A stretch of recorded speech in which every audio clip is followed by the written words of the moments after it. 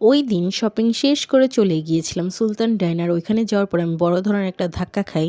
কারণ আমাদের যাইতে, যাইতে রাত 10:30 11টা বেজে গিয়েছিল। আর ওইখানে গিয়ে আমি কোনো খাবারই এভেলেবল পাইনি।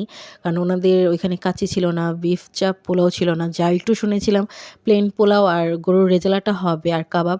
একটু পরে শুনি ওইটাও না। এটা শুনে পুরাই মনটা খারাপ হয়ে গেছিল। কি আর করব? তো আমি আর আমার হাসব্যান্ড মিলে ডিসাইড করি যে আমরা চিকেন দম বিরিয়ানিটা খাবো। কারণ আমাদের অনেক ক্ষুধা লেগেছিল। তো আমি চিকেন দম বিরিয়ানি কখনো খাইনি মানে সুলতান ডাইনের। সো আমি এটা বলতে পারবো না এটার টেস্ট কেমন।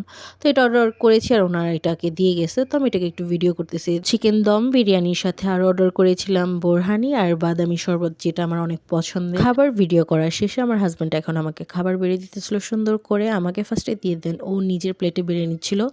দেন ও আমাকে সালাদ দিতেছিল আর কাঁচামরিচ। স্যার আমার চলবে না, এই জন্য আমি দুইটা কাঁচামরিচ নিয়ে নিছি। এখন খাবারের পালা। সো আমি এটা কেমন টেস্ট হবে আমি জানি না। তো এটাকে সুন্দরভাবে আমি কাচ্চির মতো করে ফার্স্ট একটু গোস্ত নিয়ে নিলাম, আলু নিয়ে নিলাম, কাঁচামরিচ নিয়ে লেবুটাকে সুন্দরভাবে চিপড়ে খাবো আর কি।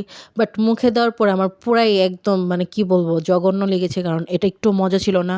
গোস্তটা থেকে গন্ধ লাগতেছিল, এর জন্য আমি গোস্তটা খাই নাই। জাস্ট আমি রাইসগুলা খেয়ে ফেলেছিলাম। সো এটা খাওয়া দাওয়া শেষ করে আমি এই যে বাদামি শরবত নিয়ে বসছি আর এটা খাবো। সো এটা খাইতে, খাইতে কি আর বলবো।